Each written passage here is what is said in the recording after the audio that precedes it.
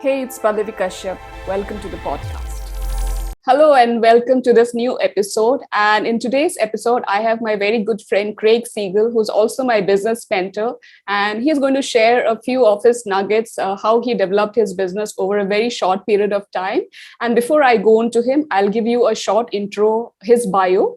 So Craig is a high energy keynote speaker, a performance coach, an entrepreneur, online brand explorer, master elevator, host of the record-breaking podcast, The CLS Experience, and a rising thought leader as featured in Entrepreneur and endorsed by some of the world's most known celebrities like Ed Mylett, Bethany Hamilton, Suzanne, and NFL Hall of Famer Brian Dawkins.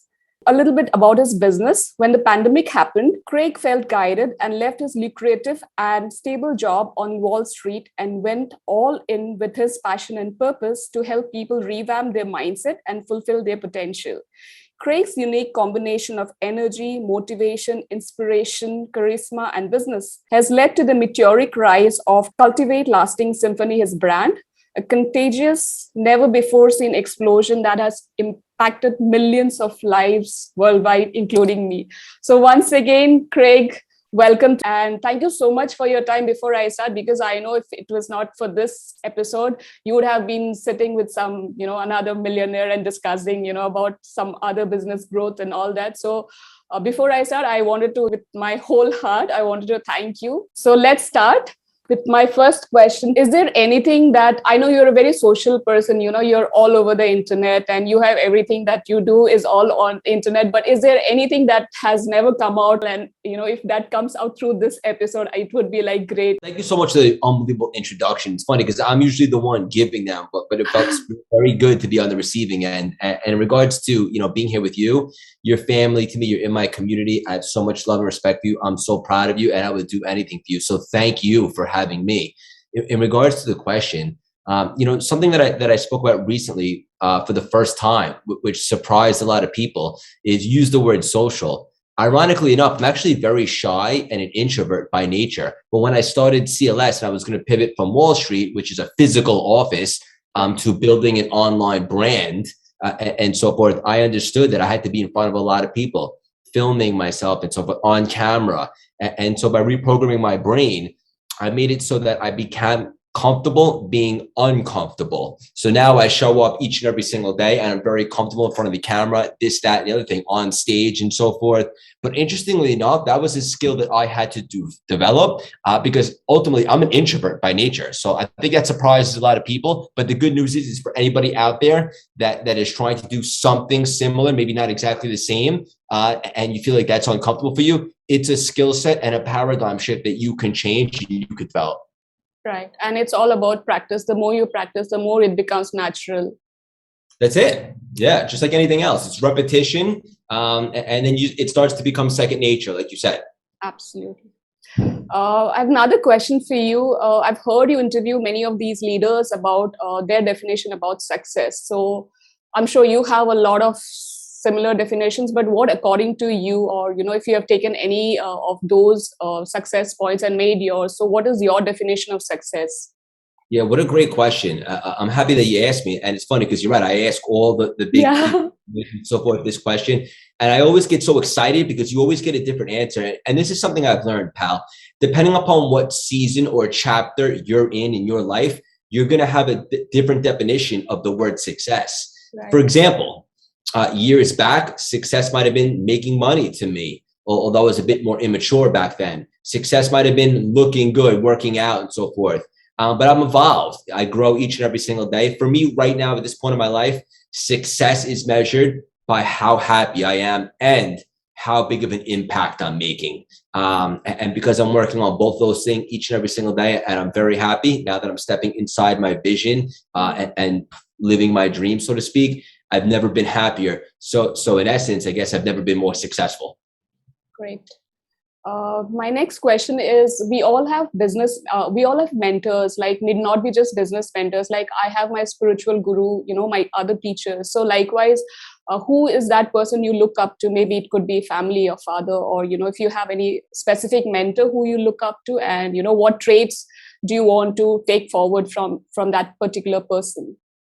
Yeah, so you mentioned family. My dad, definitely a role model to me, always has been the greatest guy ever. Loved him so much. He's currently battling cancer, and I'm just so proud of him and so inspired by his fight, both mentally and physically, each and every single day.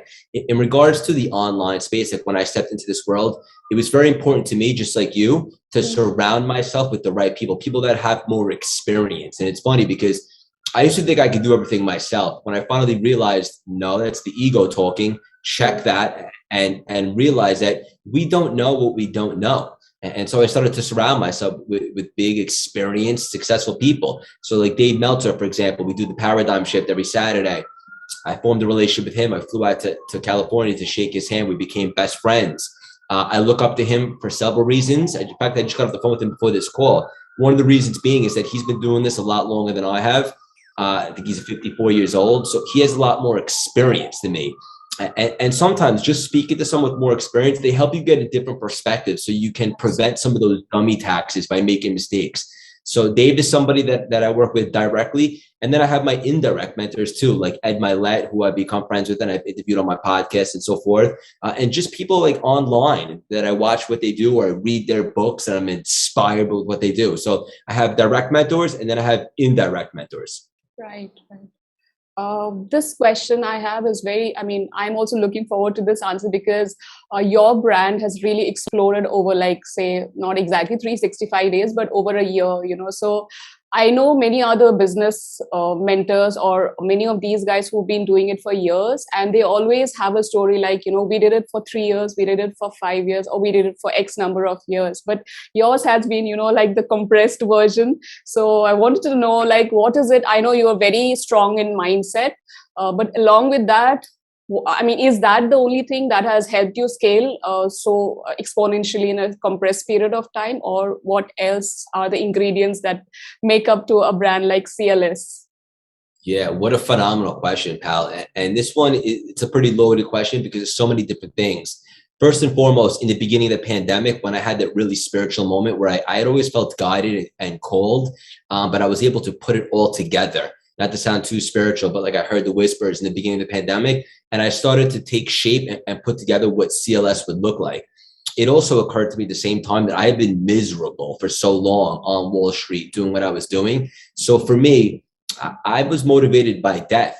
And what I mean by that is this. I started to think and do a eulogy exercise. Like, if this was it for me in 2 weeks from now, like, what would people say at my funeral? What kind of impact, what kind of legacy did I leave?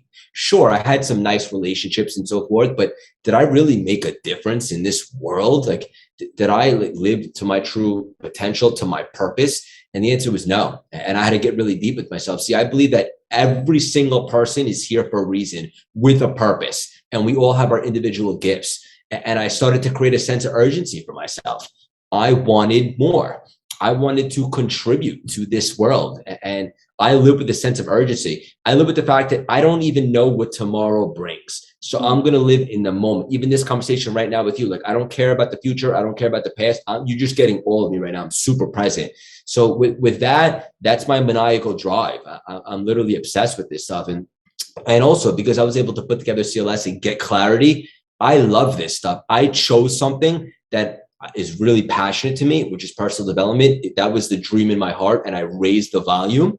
So I did that. And then I combined that with my ability to communicate effectively. And I just want this so bad. I want to make every second count. I know how precious life is. And I'm obsessed. And see, here's the kicker. This isn't work to me. Like, straight up, like this conversation right now, like, I'm genuinely grateful to be here with you. I love you. This is awesome. Whoever listens to this, I hope will be impacted. And I just love this stuff so much. And I spent so long doing something that I didn't like. Now it's just a different frequency of gratitude. I'm genuinely grateful for every second. So I love this stuff and I'm obsessed with it. So I think because I feel you are very purpose driven, which is coming from your soul. That's why you are in this lifetime or this incarnation. You are probably for this, and which is why I think the fire. You don't have to create any artificial fire. It just comes from within. I guess I that was another question that I had. Are you like, is this driven by your soul? Yeah, I'm sorry to interrupt. I just wanted to say it's a great comment that you made. I still showed up and worked my butt off when I was doing Wall Street stuff. But when you're not into it, it's just different. You know what I'm saying? So part of the fire that I have, and people always ask me, they're like, Craig, how are you always so happy and excited? Like, what are you on? The truth of the matter is I genuinely love this stuff. And like, I used to hear when I was younger, like, if you find what you love, you'll never work a day in your life. Yeah. And I didn't believe that was true until I found this stuff and I put it all together. So part of the fire and the drive is because I genuinely love this stuff. But I'm sorry, I didn't mean to interrupt. What were you about to say? No. That's fine. That's in continuation to what I asked. If you have to ingrain positivity into somebody's mind, or if you want to talk about positivity, it is a little difficult compared to, negativity sells like hotcakes. So what is there so much difficult or different that, people associate so much with negativity, but positivity gets very difficult? So what are your views on that? You just have to practice mindfulness and awareness. Yeah. And I talk about this often. The truth of the matter is don't take my word for it. It's backed by science that 75% of our thoughts over the course of the day are negative. So each and every single day when we wake up, no matter how happy of a person we are in general, we have to combat that negative thought, that injection of negative thoughts that come over the course of the day. So who are the greats in this world? Who are the legends? Who are the people that achieve massive success? They're the people that are so self-aware that they create systems to block out the interference. So a system that I have, for example, and I use it today because let me be clear, I'm not perfect. I'm under construction. I'm working on myself each and every single day, just like you, just like the audience listening. When I get negative thoughts, I become aware. I say genuinely thank you to the universe. It's like a flashlight giving me feedback. And then I go in and I realize that it's just my thoughts right now that are disempowering and they're causing limiting beliefs. So once I realize that, I go in strategically, I replace the negative thoughts with positive ones. Now I create more empowering positive beliefs. Like I'm excited, I could do this, I'm worthy, this is going to be great. And then those thoughts create those beliefs, which create new habits and behaviors, which ultimately create new results or new life. So this is this is $1 billion nuggets right here. If anybody applies it, you have control and it's on you. It's your choice which thoughts you allow to take up real estate inside your mind. So just by understanding that and the fact that thoughts are random, thinking is not, now you have a choice on which thoughts you want to remain inside your head, and then you can create new beliefs. And I think that's the golden ticket right there. That's really the most important thing that I could ever land, is that we have control over our thoughts. So I also wanted to ask you, I think you partly answered, what are the 3 things that, you practice every day to stay in that positive frame of mind, or that have the positive mindset of yours? I think you mentioned about thinking positively, and I know that you follow a lot of being grateful. What is the 3rd one?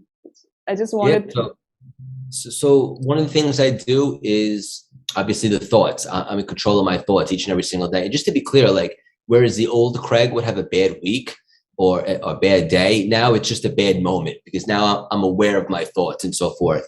That being said, I'm all about gratitude, stuff like that. Every single morning when I wake up, I do my gratitude. I say a prayer to God and so forth.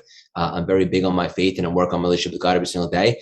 But ultimately 2 other things. I sharpen the axe each and every single day. While I'm writing my to-do list for the day, I'm either listening to an audiobook or a podcast. Every single day, I'm consuming knowledge, content, wisdom, gems. Number 1, because essentially it's my life. I need to learn content so I could pour it back into you and everybody else in the community, but also because I love this stuff and I understand the significance of not only being physically fit, but being mentally fit. Absolutely. So I feed myself with positivity each and every single day. And then the other thing that I do personally, just for me, it's a non-negotiable, is I work out every single day in the morning. I break a sweat. And whereas the old Craig was looking for validation to look good, now it's just to literally cross a job well done off the list, to break a sweat. It's mentally stimulating. Like I just got back from an 8-mile run before this. And it's like a moving meditation for me. So those are some things that I apply each and every day. Oh, yeah. I admire these things. Sorry? What about you? I'm curious, what about you? Yeah, I did my 100 jumping jacks and No, I'm a CrossFitter, but the last 2 months I've been just, I've not been there. But otherwise, when I work out like an animal, but I've become a little lazy. But I think sometimes we get a little, monotonous, you want to change your routine. So I think I got into that space, but I think from tomorrow or day after, I'm for sure 100% going to start back on my CrossFit routine. And yeah, I do my affirmations, my journal writing, and I start my day with gratitude every day. And yeah, my non-negotiable is meditation. Without that, I can't be. So those are about me. Good. Yeah, when you were talking about the audio consumption and always being on podcast, so that also made me feel even I need to grasp so much of this knowledge, but sometimes I feel 24 hours are not enough. Yeah. So this question I have, I don't know if it is true because I heard it during my corporate days. An entrepreneur or a leader, as in when you climb the ladder, it becomes very lonely at the top. So, but for people like us, we surround ourselves with very like-minded individuals. But however, what's your take on this? Being lonely at the top? Yeah, when you grow and when you are, going up, Yeah. and you're obviously left behind, and so what is it like there at the top?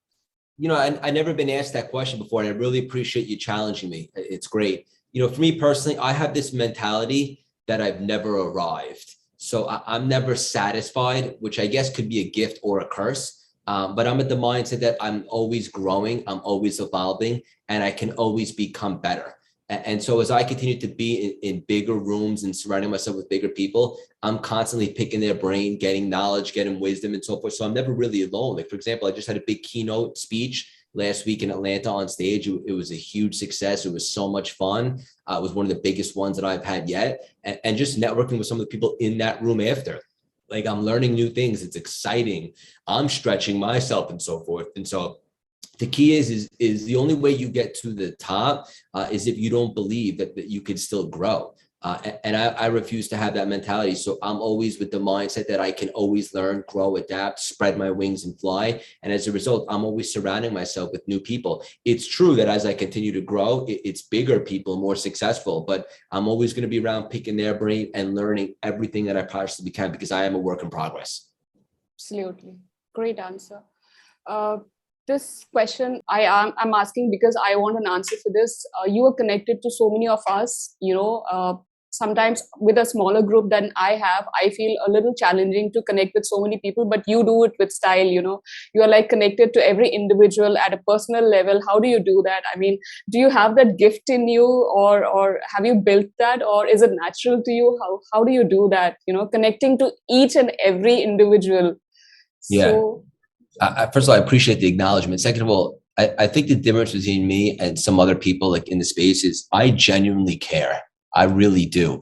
Like, I want to see everybody win. I believe there's enough abundance out there for us to all win, more than enough for us to all fly and have success. And the truth of the matter is I'm grateful to everybody that's in the community because that means we're all like on the same mission. Not exactly. Everybody has different goals and aspirations, but the common denominator is that we all want to grow and improve.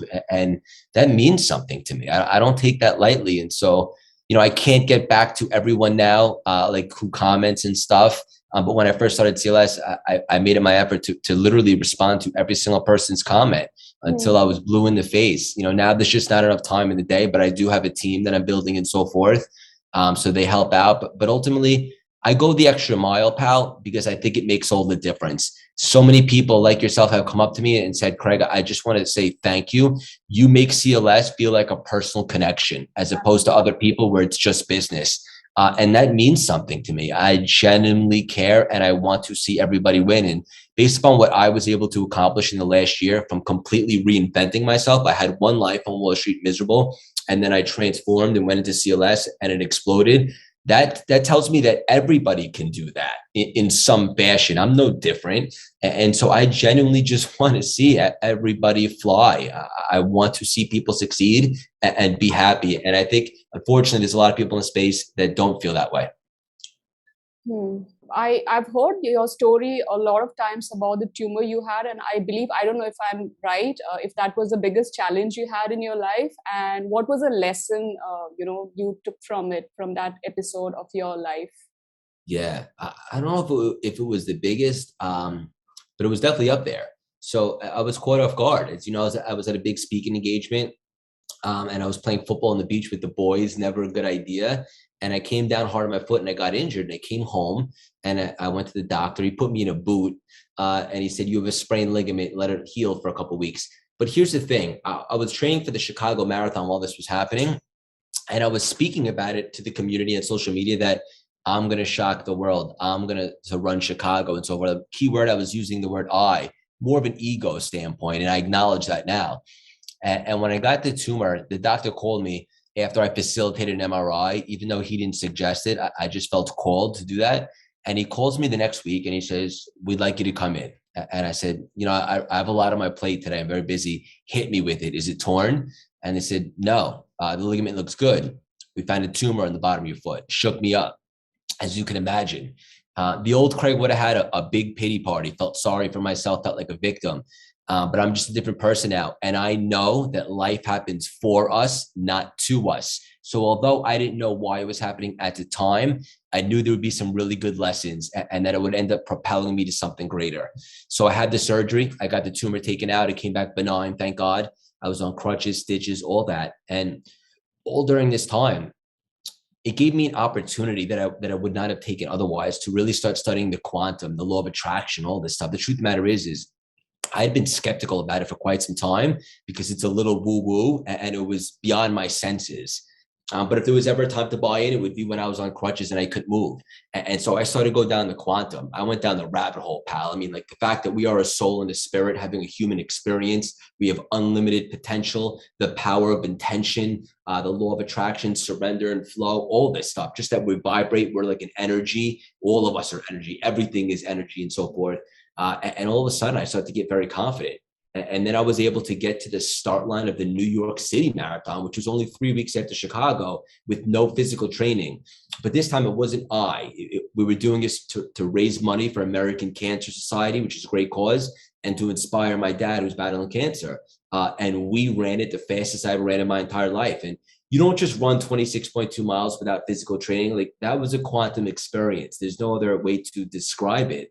I ran fast, and although that story arc completed, the real journey of my life only began. And I learned so many lessons. Number one, the ego. Work within the ego, right? So instead of I'm going to shock the world, no. Now we work within it. Like I respect this task at hand. We're doing it for a bigger reason, for a bigger purpose, and the universe like that.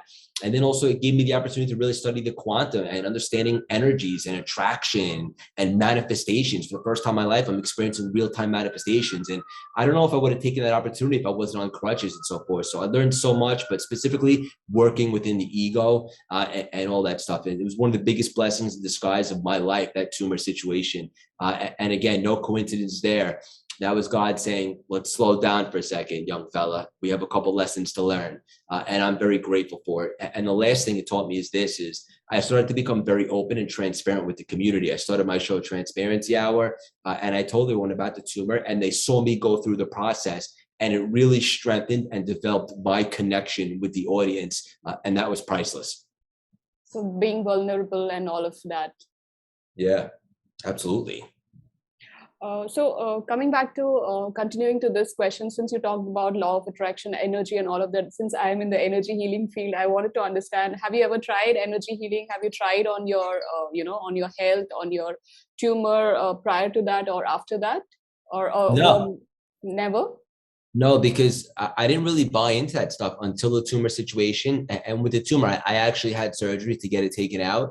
But now I'd be open to it for sure. I guess I don't have any physically thing to heal at this moment. But if and when I do, I'd love to discuss it with you. Sure. What are the new things coming up in CLS? I know it's a growing brand and there are a lot of surprises that keep dropping in. So anything coming up soon? Yeah, so I'm hiring right now. The company is growing. We're going to be taking on some more employees and so forth. The speaking engagements are starting to come in. So I'm going to be speaking all over the world and so forth. The podcast just got sponsored by Mark Cuban as it continues to grow. The Paradigm Shift, the weekly show that I have with Dave Meltzer, just got greenlit by Apple TV, which is super exciting. The membership is growing. We have 300 people. In a nutshell, just more reach and more impact. I'm in a really good frequency right now. Things are going very well. I feel very blessed. And so the ultimate goal is just more of each lane. But there are definitely some big surprises to come. Stay tuned. Yeah, excited. And my last question is, I know you've already answered, how do you want to be remembered as? Probably somebody who's worked from your heart and soul and left, or help people grow in their lives in whichever way. So in a way, transforming people's lives. That's the legacy you want to leave behind, right? Two things. Number one, I want people to look back and say, wow, that guy really lived. That guy let it all hang out. He made every second count. Like, he respected the creator and really lived. Didn't just exist, lived. And the reason why I say that is because for years back, I was just existing. I wasn't even alive, straight up. I was stuck. And that's my choice. I got to own that. But everything happens for a reason. So I want to make sure that I make every second count and really live. But most importantly, I want to make a gigantic impact where if somebody listens to this conversation between me and you right now, 50 years from now, they're immediately elevated. They feel inspired. So that kind of legacy where we can contribute to this world. Anybody that reads a post, a quote, listens to a podcast, sees an episode, enters my mastermind that's launching next week, or just listens to this conversation. Like I said, anything that they hear makes them feel elevated and that they can do a little bit more and they can become a little bit better. That's what it's all about for me, is to create that ripple effect where everybody has self-belief that they too can achieve anything that they want with no limitations. Yeah, this energy of yours is flowing through all of us. It's contagious, and there's no mistake about what you're doing. I think you're on the right path. And I wanted to ask you, the quotes that you post once in a while, the one-liners, the one sentence, are those yours, original, or? I think half and half. Some of them are mine, and some of them are from mentors or stuff that I really like that I think that would resonate with the audience. All right, nice. I think that was my last question. And for people who want to reach out to you, how do they, I know you're very active on Instagram. Where else can they find you? Yeah, so Instagram at @Craig_Siegel_CLS. Anywhere you listen to podcasts, the CLS Experience, our website, cultivatelastingsymphony.com, where you can find out how to work with us, whether it be the membership, the mastermind, all that stuff, speaking engagements. And then if you're in the US, you could join our free texting community by texting 917-634-3796. Come say hello. Sure. And so that was all from my end, Craig. And once again, I would like to thank you so much for your time and for the value that you have provided through this podcast. And like you said, maybe 50 years from now, whoever listens to this podcast, time is irrelevant. They will get inspired. And yes, thank you once again so much for your time. If you have anything else to say. Yeah. For the audience listening, we'll leave them with this. Look yourself in the mirror and say, why not you? Because you can do anything as long as you commit, you decide. The most important sale that you'll ever make is to sell yourself that you are worthy. And that is a Craig Siegel original. Sell yourself that you are worthy and that you do deserve to live the life that you desire. And there's literally nothing that you can't do and no big of an impact that you can make. So believe in yourself. Awesome. Thank you so much once again, Craig. And let's connect again soon sometime. I don't know, for another podcast or maybe for another assignment. We don't know. So let's stay connected. And thank you so much.